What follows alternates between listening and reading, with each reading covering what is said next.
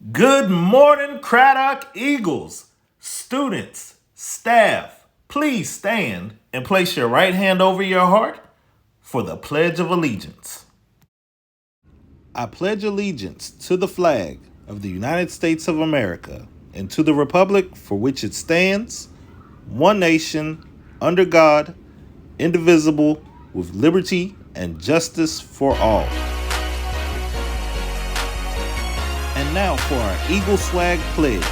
Please repeat after me. I will soar safely in everything I do.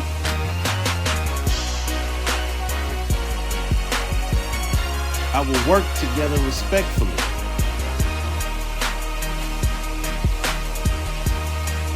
I will accept responsibility for my actions.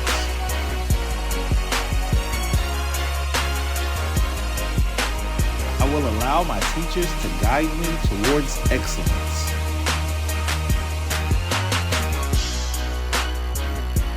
Eagle Swag is what I do. You may be seated.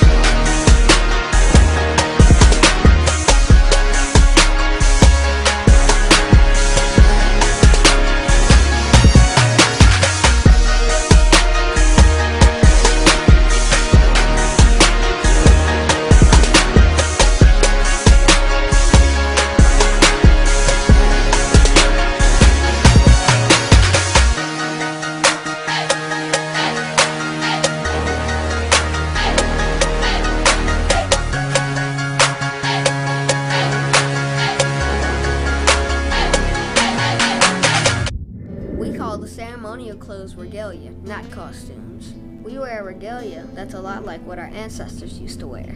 Most of it is made from deerskin and different animal furs. So everyone wore the same thing? Most of the Virginia Indians wore deerskin because that was what they had close by. The tribes of Virginia are all a part of the Eastern Woodland Indians. This group is made up of all the tribes in the east half of the land that would become the United States. Because the land was mostly woods, the same plants and animals were close by to all the tribes of the Eastern Woodland Indians, so they had a lot of the same ways of making clothes, food, and houses. Yeah, they all lived in teepees, right? No, those were actually built by the Midwestern tribes. Most of the Eastern Woodland Indians built longhouses. They were made from thin trees bent into the shape of a long barrel. Then they were usually covered with grass mats. Although most of them were very long, the Monacan usually made theirs look like a circle. So they could fit a lot of people? Definitely, and they lasted a long time. Most longhouses could be used by many generations of the same family. Inside, they usually had fur beds, storage, and even a fire pit. The ceiling usually had openings so that the smoke could escape. All of their houses, clothes, and food came from the land's natural resources. Like corn and shad. Right. The eastern woodland Indians ate different foods during different seasons of the year. In the spring, they could gather berries and catch the most fish.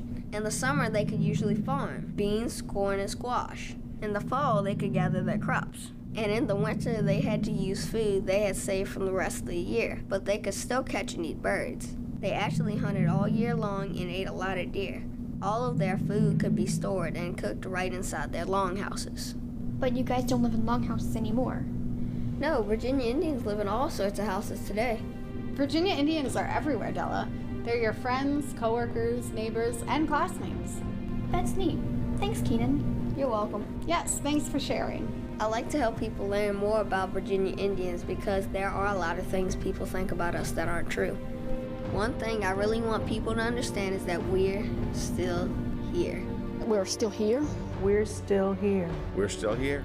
We're still here. We're still here. We're still here. We're here today, and we're not going anywhere.